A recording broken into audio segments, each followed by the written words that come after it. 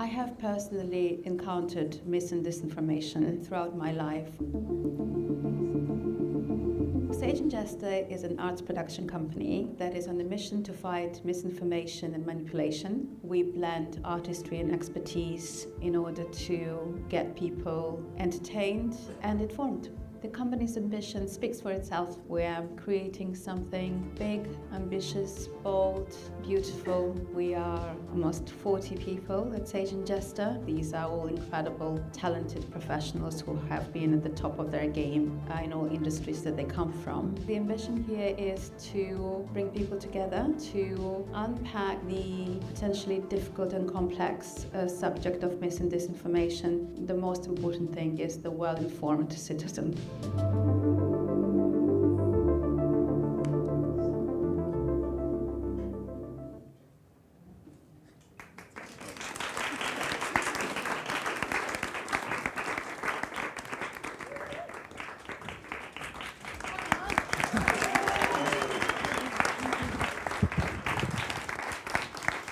Hello, everyone, and welcome to this event with Intelligence Squared in partnership with Sage and Jester, who you were just hearing from, the arts production company who create immersive experiences designed to entertain, to enlighten, and to help you harness your internal BS detector. Did you all bring your internal BS detectors with you today? I hope so. They want to arm you with the tools to question, challenge, and pause before you believe what you see and read, which is very in theme with what we'll be discussing tonight. They do, by the way, in London, have a bold new immersive theatre experience called Storehouse, which opens in June. And I think you've been given flyers that have £5 off the tickets for that. So if you enjoyed tonight, there's more in store. And this is the second event in the Critical Conversations series. We'll be having another one tomorrow, all about giving you the tools to handle the everyday experiences to combat the misinformation crisis we find ourselves in. But tonight, what is tonight about? Tonight's about how to approach difficult conversations, whether it's in this polarized world or at the family dinner table. Anyone had an argument with a family member this year about something weird they believed in? Raise your hand. Whoa, that's quite a lot. My dad's raised his hand. That's interesting. Thanks, Dad. I'm Sophia Smith Galer. I am a journalist. I've spent a lot of my career debunking or addressing misinformation, and it is an absolute delight to be here with Julia Ebner, Dr. Julia Ebner, leader of the Violent Extremism Lab at the University of Oxford Centre for the Study of Social Cohesion. She's a senior research fellow at the Institute for Strategic Dialogue, where she has led projects on online radicalization, terrorism, conspiracy theories, you name it, she's probably looked at it. She's an award-winning and internationally best-selling author of several books, including Going Mainstream, How Extremists Are Taking Over. And she's given evidence to numerous governments and advised intelligence agencies, tech firms, and international organisations such as the UN, Europol, and NATO. But tonight it's you lot. That's who she's going to be giving advice to about combating and dealing with misinformation. And Julia, my first question for you is, what brought you into this space? Because it can't always feel like the nicest to be in. Yeah, absolutely. I started looking at jihadism, actually, when ISIS was just at the height of their power. They were recruiting foreign fighters from Europe, from the UK, and I looked at radicalization pathways. And of course, misinformation actually... The mic, yeah, good. So on misinformation actually also played a role back then. Try that one. There we go. Okay, I'll try again. Misinformation also played a role back then for some of these radicalization pathways. But then I saw the backlash on the far right side of the spectrum, where anti-Muslim hatred and resentment was really fueled by some of these jihadist attacks that were hitting the UK and Europe. And yeah, on a personal level, I've always been fascinated by group dynamics, especially toxic group dynamics.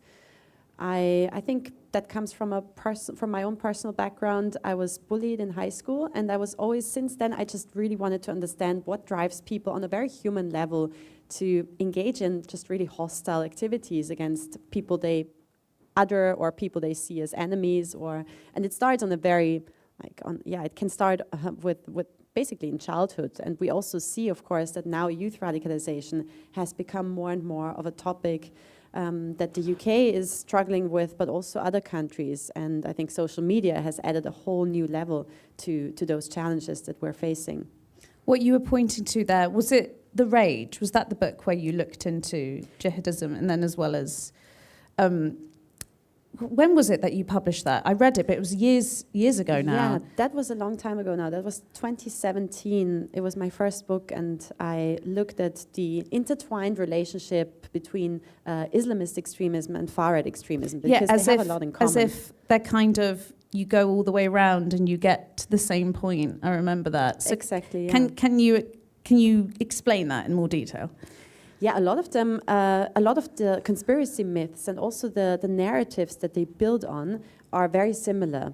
Of course, they find common ground in that idea of wanting to go back to a distant past that is supposedly better than the present.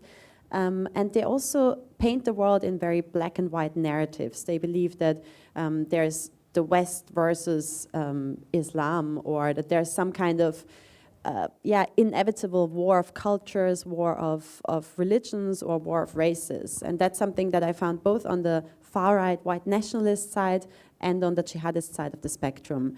And I was interested in also understanding what are the psychological commonalities that the people share who then become radicalized, who then join these groups.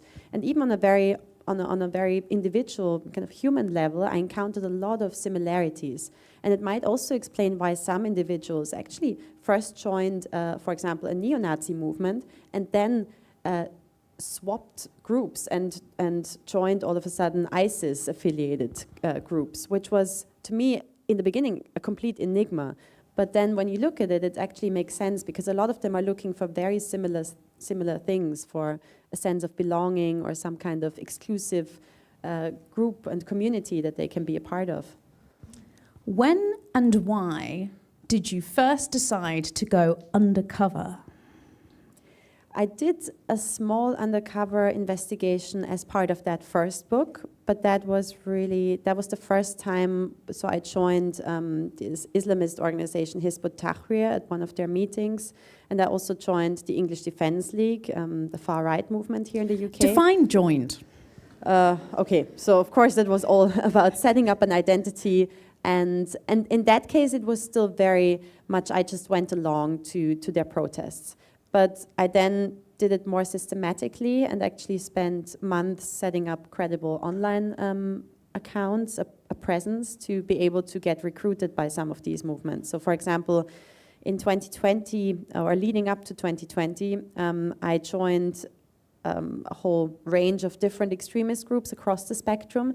I joined, for example, the white nationalist group Generation Identity, which is a pan-European movement. They believe in the Great Replacement idea, that supposedly white Europeans are being replaced by non-whites in a kind of concerted plot by the global elites. And I also joined some conspiracy myth movements, for example, QAnon, and some neo-Nazi groups, as well as jihadist ISIS-affiliated groups. And joining means, in some of the cases, I was able to also go to some of their meetups, and I actually interviewed with some of them in person and joined their secret strategy meetings, for example, in a London Airbnb in Brixton, in the case of the white nationalist movement. But in other cases, it meant that I couldn't go all the way to their online meetings because my identity just wouldn't fit. I could set up an online identity that would... Sorry. Thanks. Oh, no. Oh, yes, it's going to work. I also like the color.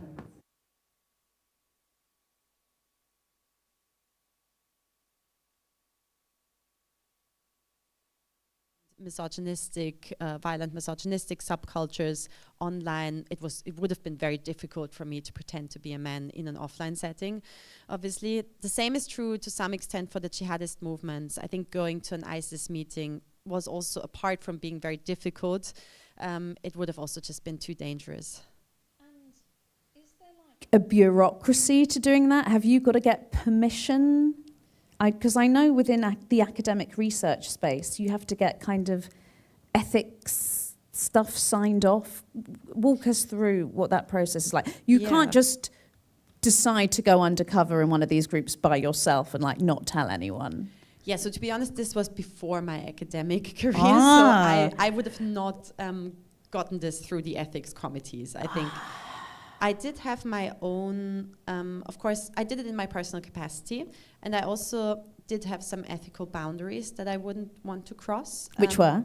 So, for example, I would never want to help any extremist movement create propaganda or spread propaganda or help them with any of their recruitment efforts. And I also always forwarded any plots or anything that looked like it might be a credible threat to national security. I forwarded that to the authorities. And sometimes I wrote a memo to the FBI, depending on the geography, because sometimes you also just don't really know, is this UK based or are these users now talking about something for the US? Were you just doing this in your spare time? Like, how are you finding the time to do this? Yeah, pretty sad, right? As someone who frequents many a subreddit, you know, you're my kind of person. This is exactly what I do with my spare time as well. Talking about mis and disinformation, growing up, misinformation wasn't a word I ever heard about. It's actually only something that by the time I was becoming and working as a sort of early career journalist, everyone seemed to start talking about it. Has it really shaped and differentiated how we speak to each other, in your view? I definitely think so. It's so interesting how, of course, social media has not just, I think it's also tapping in something deeply human. I do think misinformation has always been around, but with every new invention and every new technology, it seems like there is an increase in misinformation that this facilitates. And I mean, even with the invention of the radio has been exploited, as were other human inventions were also exploited to spread misinformation in earlier times. But I do think the internet and social media in particular have also just unfortunately accelerated these dynamics and have really made us more prone to not really being able to distinguish the lines between what is fabrication, what is fabricated content, and what is real.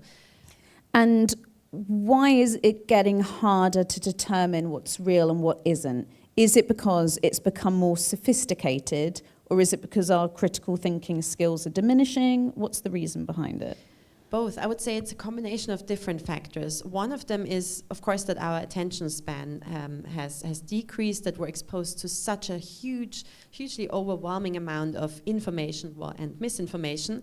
But also our trust is much more individual based, and that is really amplified on social media. A lot of us will just probably listen to whatever the influencers that we're following are saying, and research has shown that trust in institutions is dropping, and trust in individuals that we just rely on in terms of our news consumption, our media habits, is actually increasing. And that also means that misinformation can be spread more easily by some of these individual influencers that people trust in. And the established institutions have less credibility to some extent. And then you have the whole added layer of the algorithms, of course, reinforcing radical content, incredible content, apocalyptic content, all of the content that our human minds have always been fascinated in. But now on social media, that's exactly what the algorithms are tailored to in order to maximize our attention on the platform, which is essentially the business model of the tech firms. But we've always been fascinated by gladiators fighting, or by bloody content, or by incredible apocalyptic predictions. I'm pleased you've brought up their business model, because for it to proliferate so much, it must bring someone loads of money. There must be a benefit in it for someone or various people. So who profits from the misinformation crisis? A lot of, I think it's actually, when you look into, I mean, my expertise is mostly on the extremist movements, but of course there's also an added layer. The tech firms themselves profit from it because they maximize, as I said, they maximize the amount of time people spend on the platform, because the content becomes more and more radical, and misinformation is actually something that generates a lot of interaction, a lot of, it just means that they can make people stay on their platforms longer. But the extremist movements also have turned this into something that's monetarily interesting for them. So, for example, some of the conspiracy myth gurus and conspiracy myth influencers run their own companies on the side to sell, well, I don't know, protein powders and all kinds of canned food and preparing for the apocalypse, or the whole prepper community then buys that kind of stuff. And that's very much related to then also benefiting on a financial level from it. And the same is true for some of the, the same is true for some of the other extremist groups that would then sell, for example, or the kind of the alternative medicine communities that would try and sell products that are alternatives to the pharmaceutical industry's products. And of course, the problem with misinformation is they often build on things that people are very emotionally attached to, or that they have a grievance about. And sometimes this might also build on half-truths. So of course there are a lot of problems with some of the pharmaceutical products, where perhaps some of the side effects have not been studied enough, but they take it completely out of context. They take it out of the scientific consensus about the products, and they benefit from it by then also potentially selling their own products which have zero scientific evidence behind it. And if you're sort of in hot pursuit of people spreading dodgy content online, what platforms are they on, and how has that differed in the course of your research? Because I imagine when you were first beginning, what would this social media ecosystem have been like? It wasn't the vertical video era, so this is maybe primarily Facebook, YouTube back then, Twitter, Reddit, and then the naughty ones, like the super dodgy ones, and dark web. Yeah, it's definitely changed a lot, and it's still evolving rapidly, but it used to be, so just a few years ago, in 2017 to 2019, a lot of the big tech platforms started to take down content, radical content, and the radical accounts that were spreading hateful messages or misinformation.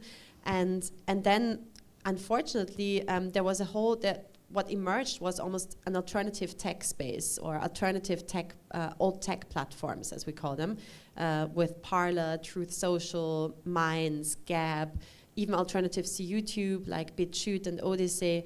And all of these platforms were used by extremists, sometimes under the banner of unlimited free speech, sometimes also explicitly trying to provide a safe haven for extremists. And they were used very often to coordinate campaigns that would then be carried out on the bigger platforms, or to radicalize people who were already part of those communities, or who had already entered those platforms.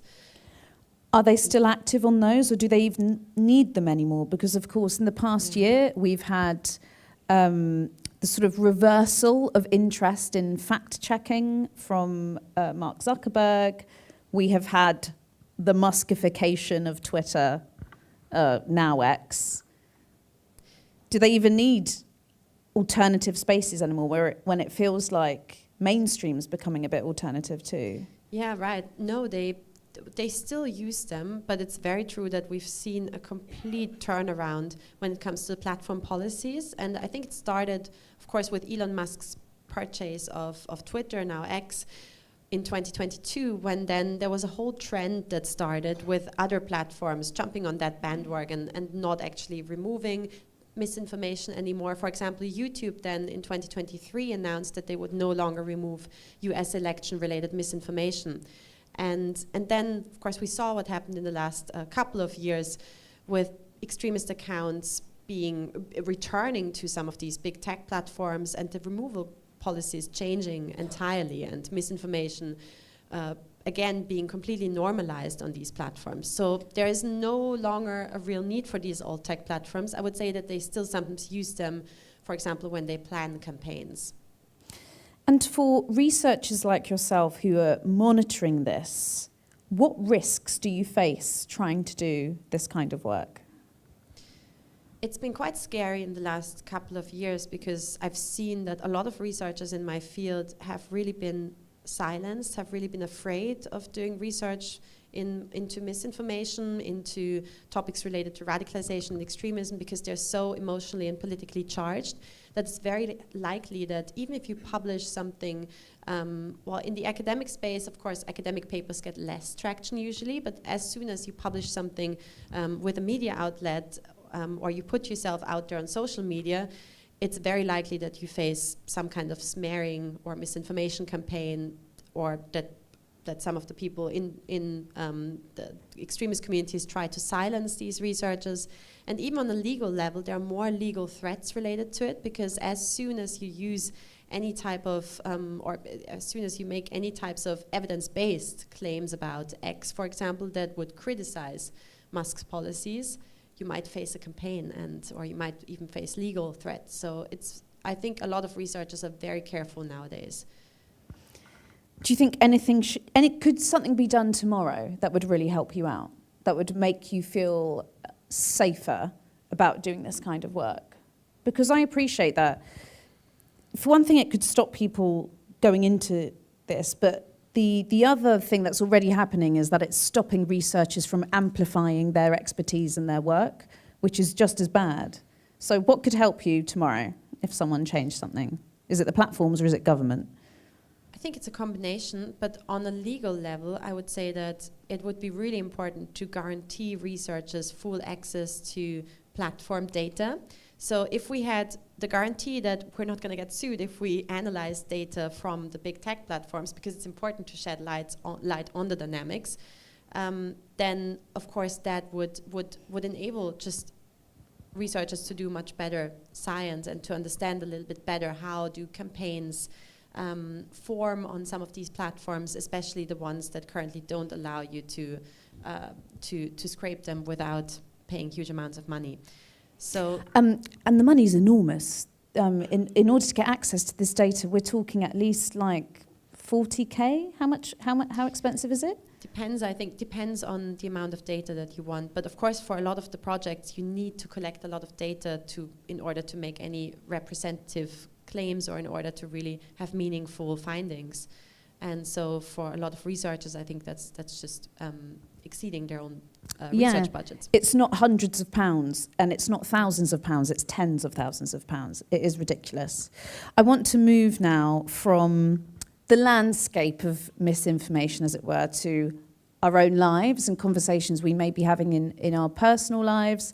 And I'm especially thinking about conversations we have with people we know. I'm not talking about getting into something in a comment section on a video with someone who's wound you up, but it is ultimately a stranger.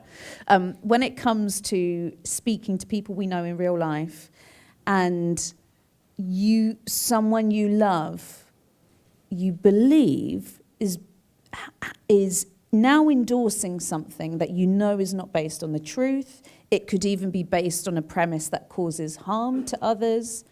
How is it that you can engage someone without alienating them off the bat? Let me first say it's extremely difficult to do that. But I would say that the most important thing to keep in mind is that you always need to build an emotional or psychological bridge. You need to understand what is the underlying psychological purpose of, for example, the conspiracy myth that they might believe in or the radical belief that they hold. Because usually it really depends on the individual. So a lot of them will have some kind of internal grievance about something, frustration or even trauma that they then relate to a narrative and the conspiracy myth, and they kind of connect the personal identity with a collective identity. And that can lead to a phenomenon that we call identity fusion, where your personal identity becomes one with the group identity. And then people start to perceive other members of the in-group as family-like, as kin-like. And they're so if you're attacking my attitude, you're not only or my beliefs, you're attacking like my people. Exactly, yeah. Ah. And the problem is also, of course, that means that some of these even online subcultures or some of these extremist communities can become part of who you are and can also feel like family and almost replace your biological family.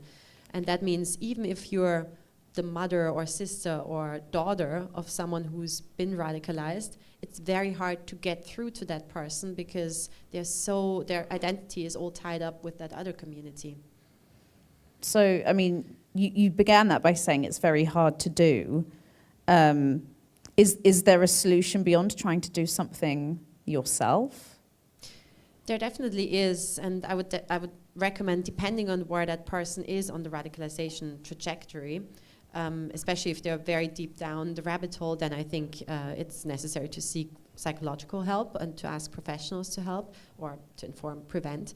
But I would say at the beginning of that journey, I do think that family members or friends or relatives can do a lot to help that person get back out of these networks. In particular, when you do feel that there is something that if you try to highlight, for example, experiences that you share with that person, and you try to find those kind of a bridge to them on a very human level, that can often help them to break through some of their very rigid ways of thinking about the world.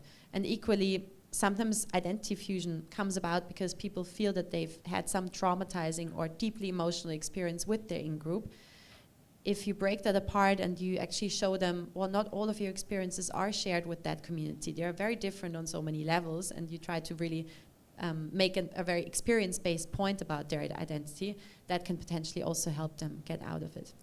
And is everyone in society like equally vulnerable to radicalization? Perhaps not equally, but something I found especially in my undercover investigations for my book Going Dark, was that I think everyone can be vulnerable at specific points in their lives. We all have periods of uncertainty, periods where we're just not, where we might just be more vulnerable because of personal trauma or because of difficult experiences that we're in. And I do think that means that we're more susceptible in those moments. Even when I was doing the research myself, I found myself at some point being quite vulnerable. Perhaps it was because, as we said earlier, I spent my free time, instead of spending it with my friends, I spent a lot of time in these very extreme channels, and then automatically you become more vulnerable. But it's also about the group being able to tie some of those very deep, traumatic or negative experiences in your own life to the group narrative. I think that's quite a normal experience, because last year I made a documentary called How to Save an Incel, and it was off the premise of academic research that had asked the very interesting question of, can a subreddit de-radicalize as well as radicalize? Because we always hear about Reddit as a possibly radicalizing space online. And there is a subreddit called Incel Exit. Are you familiar with it? Where there are some young men who feel like actually they have found a way out. And I've not only been in that subreddit, I have been one of the people who's given advice in that subreddit, because it's full of kind of lots of different people in there who are willing to give their time to give strangers advice on the internet, who are trying to seek a way out of this space. And the researcher who had been investigating whether this could be an interesting tool or solution said to me that when he had begun doing this research, the pandemic had just started, and he suddenly found himself living completely alone, without the usual faces and chat and real life interactions that he usually had. And he was so involved in these spaces online, because he was researching them for his research, that he began to sort of understand and see the world in the way incels do, the way that they kind of put everyone into a social hierarchy. Probably won't go into it tonight, but the way that he would start looking at couples and thinking, well, why is she with him? He's like a low-value man. Why are they together? And this is someone who's investigating this space. This is someone who believes themselves to be very sort of clued up on it. You're still vulnerable to it. That's very interesting. What happens if we think, I'm not sure how often this happens, to be honest, but what if we think we might have a problem? So it's not that someone you know has a problem, but if you have a moment where you're like, hang on a second, I was believing this thing that I'm now wondering if it's not so chill to believe in anymore. What is it that we can do with our own sort of expression online? Social media detox, I would say. Really? Yeah, just going off social media for a week or two, and touching meeting grass. more people in person again. Because I think that really helps us sometimes to take a step back and reassess, who we are, how we engage with others, how sometimes our emotions just get caught up in online debates or in the type of media that we consume. So it's. But what happens when we go back online? I mean, maybe it's safer to stay online. Detox forever. And then what happens if we're at a dinner table and you feel like things are getting heated and you kind of have choose your own adventure? Do you think, right, I will get heated too in an attempt to break down what you believe in the hope that I can dispel it? Or is it best to try and control and minimize what could become a volatile scenario? Yeah, very tricky. Probably many people in this room have been there and can relate to this. But I do think, I mean, although our natural inclination would often be to try and control it and try and debate that person, I do think it's actually using a more subtle approach and trying to get themselves to reach a conclusion that is perhaps not as rigid as the one that they're getting to right now is the best way forward, to really trying to make them question their own beliefs, but in a very subtle way. And I do think it's something about prompting them to reflect on their own feelings about something, or on their own, their emotions, their fears, and so on, but without making them feel like they're in the psychologist chair. And so it's a hard, I think it's a very, really difficult balance. In your work, have you ever looked at the concept of sacred values? Yeah. Would you be able to sort of, has that been a useful framework for engaging with people at all? I would definitely say so. In the work that I do in Oxford, we do use sacred values, and it is also closely intertwined with that idea of identity fusion, because sacred values really become a strong part of who you are. And so could you explain to everyone who may not be familiar with the concept what sacred values are as they've been put forward? Yeah. Well, sacred values, I mean, Scott Atran is someone who's published a lot on sacred values, and it's all about ideas and belief systems that really become, that have a strong personal, I guess, value that people become really attached to. It's not religious. It's called sacred value, but it's not necessarily religious. It can be any type of belief. It can be a political belief. It can be any type of ideological belief. I would even go as far as to say that some of the communities that we now see, where the intelligence and security services talk a lot about them at the moment when it comes to youth radicalization, those communities that glorify violence for the sake of just violence, or those gore and aggressive online communities, that even they hold types of sacred values that connect them to each other and to this idea that, well, they then do everything for these beliefs. I mean, they would go as far as to kill their own pets, or go even further when it comes to that glorification of violence. And so I think it can be anything that really becomes deeply entrenched with who you are as a person, and also relating to a group that you're in. Can reverse psychology be done to sort of appeal to someone's sacred value to de-radicalize them? I don't think, obviously, it would work in the context of violence glorification, but perhaps in others. If someone's sacred value was what they perceive to be unity, for example. You mean what they perceive to be unity, and then trying to break apart that unity? Or the reason I ask is because I know that's something, I believe I'm right here in saying that in the United States, when they were considering how to tackle anti-vax ideologies, looking at how you could appeal to someone's sacred value that was otherwise being manipulated to be anti-vax, you could manipulate it effectively the other way. Yeah. Is that something? I think that's, I think that is definitely an approach that could be promising. And I think especially if you manage to attach some emotional value to something that is seen as part of the out group, where you kind of mix up what is considered to be part of the in group and what is considered to be part of the out group. And you just, because often these boundaries between in group and out group become so rigid that anything that you can do to break that apart is a really good step in the right direction, I think. How can we cultivate more empathy?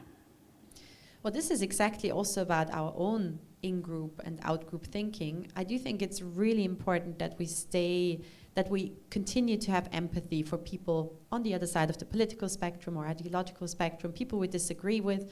I think without that empathy and understanding of where perhaps people we disagree with are coming from, it's really difficult to mend some of the societal divisions we're facing. And we see that with things like, I don't know if you saw that, but earlier this year, last year, the Financial Times published this statistic about young women and men drifting apart in terms of ideologies, and men on average become more conservative right-wing, and women on average, again this is average, might not be representative in this for this room, but women on average become more left liberal-leaning. And I think it's really important also for the sake of just the future of humanity. Imagine people just also no longer date, for example, people on the other side of the spectrum. You see this in other surveys done by OkCupid, which showed that most people don't want to date someone on the other side of the spectrum. I mean, this is quite bad news for... dating apps actually sort of include more of this information as well. They introduce this as a method of screening, like where someone sits politically. Whereas I don't think they always did that. Yeah, that's right. But I think also the ways in which we interact online, but also offline, reinforces some of these trends of us drifting further apart and the trends of hyperpolarization, affective or emotion-based polarization.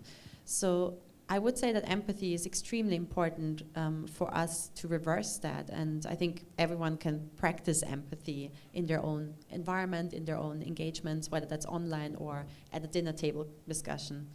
And if there is one thing that our audience members could take with them to do tomorrow that you think would help maybe give not even themselves a protective film against misinformation, but those they are around, what could be one thing that they can do? Other than not go on social media that day. No, I think, Sander van der Linden at Cambridge University has a really good approach for basically inoculating the wider populations against misinformation, using a similar principle as with vaccines, trying to make people understand what are the dynamics underlying the spread of misinformation, what are the manipulation tactics that are being used. And I think really trying to understand how you yourself might be exposed to this, or your friends or your families, can be a first step in trying to basically, inoculate yourself or get the vaccine against misinformation, and try to brace yourself for also toxic group dynamics, and also understand how our identities on an individual level, on a group level, on a societal level are changing in the online sphere. And of course also how AI plays into that, because that's a whole discussion. That's a whole other evening. Exactly.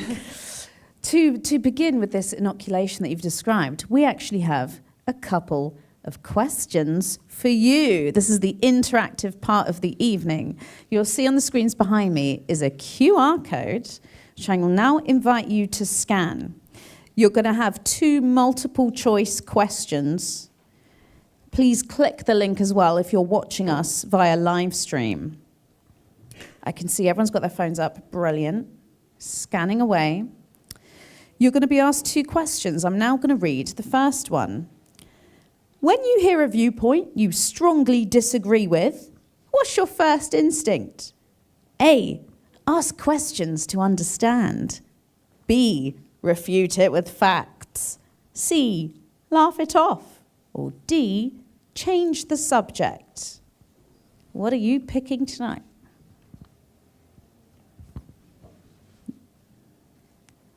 Ooh, very empathetic crowd, you lot. You ask questions to try and understand. What's your view of the data in front of you, Julia? This is great. Well, I do hope that everyone goes out and does this with their next dinner table conversations. I do think that also, of course, refuting facts and also laughing it off can sometimes have an important role. But I would say that asking questions are a really good starting point. And I do think humor can sometimes be helpful, but sometimes it can also push people further back, because people feel like they're being humiliated or not taken seriously. So I do think it can, but in some circumstances it can certainly be a good way of just, or just changing the subject can also sometimes be helpful. But I think overall asking questions to understand better why people might hold certain beliefs. Sometimes it can be hard as well, refuting with facts, because someone says something and you know it sounds slightly weird or off, but you don't necessarily have the data at hand to be like, this is wrong because blah, blah, blah. Yeah, and the problem is, even if you then look up the data, they might not believe the source of the data, even if it's a very trusted media source or a statistic from an academic paper, because their conspiracy myth might already cover all of these institutions as part of the bigger conspiracy. Second question. You may have to scan again. If it's not on your screen, scan again for the second question. Which is more dangerous in today's culture? Oh, you've already been voting. A, misinformation spread seriously. B, misinformation spread as a joke. C, people who can't tell the difference. Or D, social media algorithms. Wow.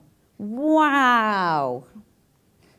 I'm saying wow because more of you are voting for the third option than I would have guessed.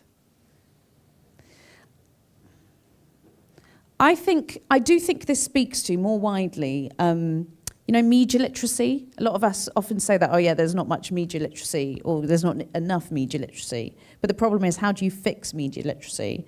And it's like, let's teach it more at school. It's like, great. What about all the people who aren't at school anymore? Yeah, but it also, I think it shows actually a really well-informed audience, because it is very true that not being able to distinguish between that difference of satire and actual misinformation is the trickiest part, because a lot of the extremist movements that I look into use satire or humor as a way of circumventing laws and as a way of spreading their misinformation. And we've even seen that on a bigger level with, for example, some of the videos that were created of Kamala Harris, satirical deep fakes were spread with people not realizing that this was a deep fake. And it was originally meant to be for satirical purposes and humor, but people took it seriously, and actually that was quite a dangerous path, because people didn't realize that she didn't say that. And then social media algorithms, I completely agree as well. I think that is the source of a lot of the challenges that we're facing, in particular because misinformation can just spread so much more quickly, and we've seen it also with of course, with the Southport riots, how quickly it was from that first piece of misinformation that was shared on Telegram in the Southport Wake Up group after this terrible attack in Southport. But then to the point that people mobilized and went into the streets, it took not even a day, it took hours for that.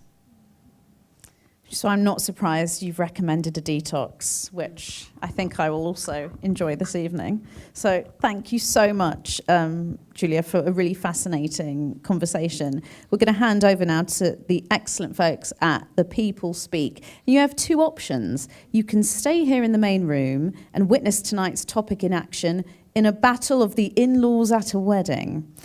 No less. Or Talkioki is happening in the bar, where you can delve deeper into these conversations with your new friends from tonight. And you can decide which you attend while the set changes over. I'd like to thank you, Julia, for a really wonderful conversation.